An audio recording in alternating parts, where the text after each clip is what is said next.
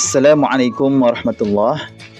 Hari ini, hari Khamis, 19 hari bulan 8 2021, kita sambung PDPR kita pada mata pelajaran Munakahat berkenaan dengan pernikahan, perkahwinan. Pertamanya, mari kita sama-sama membaca doa.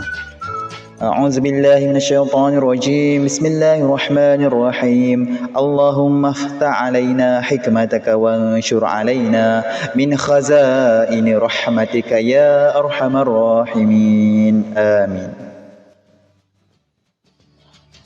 Baik, pada minggu lepas kita telah belajar tentang, masih di dalam tajuk talak.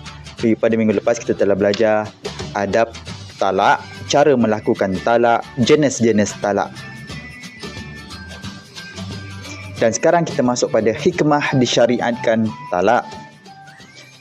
Apakah kelebihan dan apakah keistimewaan Allah mensyariatkan untuk talak? Talak ni apa? Cerai. Kenapa? Apakah hikmahnya? Kenapa Allah membuat boleh talak? Boleh cerai? Okey, satu, menjamin keselamatan hak serta kehormatan diri dan keluarga. Untuk menjamin keselamatan hak serta kehormatan diri dan keluarga. Untuk menjamin keselamatan, sepertinya contohnya suaminya seorang penagih dadah. Jadi untuk menjamin keselamatan boleh cerai. Contohnya seperti isterinya nusyus, derhaka, dan ada menjalinkan hubungan dengan lelaki lain. Jadi ada talak. Kalau tidak disyariatkan talak, tidak disyariatkan cerai, terpaksalah bersama sampai rumah tangga itu kucar kacir. Itulah dijadikannya ada cerai, ada talak. Yang kedua, menghentikan gejala buruk yang memudaratkan diri dan keluarga agar tidak berterusan. Untuk menghentikan gejala buruk yang memudaratkan diri dan keluarga agar tidak berterusan, seperti suami suka memukul isteri sampai lebam-lebam. Jadi apakah hikmahnya Allah mensyariatkan talak? Supaya perkara ini tidak berterusan. Jadi penyelesaiannya adalah cerai. Kalau tidak boleh cerai, macam mana? Tetap bersama sampai isteri itu mati. Itulah antara hikmah disyariatkan talak. Yang ketiga, mengelakkan perbalahan yang lebih besar daripada berlaku antara suami dan isteri. Untuk mengelakkan perbalahan. Perbalahan ni apa? Pergaduhan yang lebih besar. Sebelum jadi yang lebih besar antara suami isteri sampai berbunuh-bunuhan, Allah mensyariatkan untuk cerai. Kalau Allah mengharamkan cerai, macam mana? Boleh jadi berbunuh-bunuhan. Jadi itulah kebaikan atau hikmah disyariatkan talak. Tapi kalau tak ada apa-apa, jangan suka-suka cerai.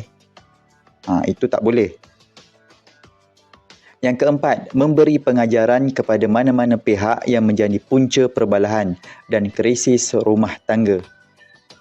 Ini adalah untuk memberi pengajaran kepada suami isteri yang menjadi punca perbalahan atau pihak yang menjadi punca. Itu menjadi pengajaran. Jangan ganggu rumah tangga orang. Yang kelima, menjaga maruah diri sebagai orang Islam yang patuh pada ajaran dan hukum Islam. Yang kelima adalah untuk menjaga maruah diri. Yang keenam, membolehkan suami dan isteri yang bercerai memulakan hidup baru, semangat baru dan perancangan yang baru. Lepas cerai, membolehkan suami isteri mulakan hidup baru. Yang ketujuh,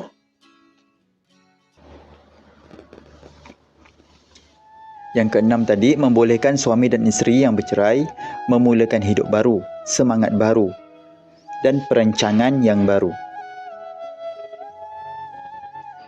Suami isteri itu dah bercerai, jadi dia boleh memulakan hidup baru dan semangat baru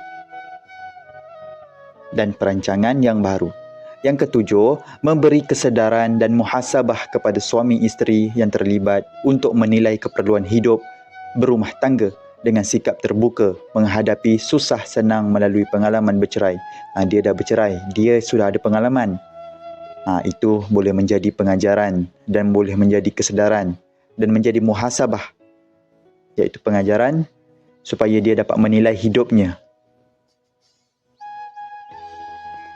untuk menjadikan rumah tangga yang lebih baik supaya tidak terjadi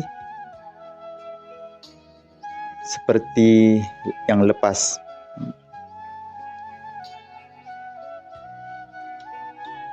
Okey, muka surat 26. Muka surat 26 yang ke-8, sebagai salah satu cara memberi hak dan keadilan kepada pihak-pihak sama ada suami, isteri dan anak-anak. Ini adalah bercerai ini apa? Dia punya hikmahnya untuk cara memberi hak dan keadilan kepada pihak-pihak. Yang ke-9, memberi peluang kepada suami dan isteri menghargai hidup berumah tangga selepas berlaku talak. Apakah hikmah Allah mensyariatkan talak, iaitu cerai? Untuk memberi peluang kepada suami dan isteri untuk menghargai. Dia dah bercerai, jadi dia boleh buka peluang semula untuk dia berkahwin semula, bersatu semula. Kerana dia dah menyesal dan dia dapat pengajaran, dia bercerai, dia hendak bersatu semula dan menghargai hidup berumah tangga. Yang ke-10, talak hendaklah menjadi pilihan terakhir dalam mengurus konflik rumah tangga. Suami isteri hendaklah berbincang dalam keadaan mahabbah. Mahabbah ni kasih sayang, mawaddah dan rahmah dan ketenteraman walaupun selepas talak berlaku. Cerai ini hendaklah jalan yang terakhir. Kalau tak ada jalan penyelesaian, jalannya adalah cerai, iaitu talak. Jangan gaduh sikit terus cerai, tak boleh. Cerai ini hanyalah jalan yang terakhir kalau tidak ada jalan penyelesaian.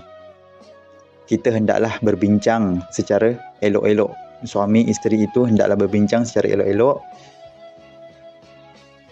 supaya tidak terjadi talak.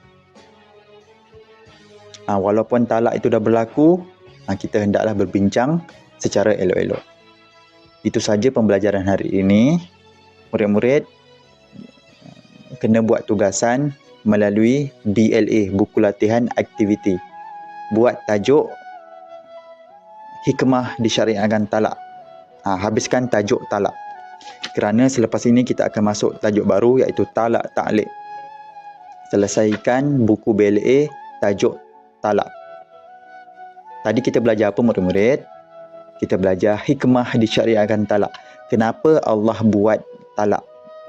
Kenapa Allah bolehkan cerai antara suami dan isteri? Kerana untuk menjamin keselamatan. Ada 1, 2, 3, 4, 5, 6, 7, 8, 9, 10. Antaranya untuk menjamin keselamatan, menghentikan gejala buruk, mengelakkan pergaduhan yang lebih besar.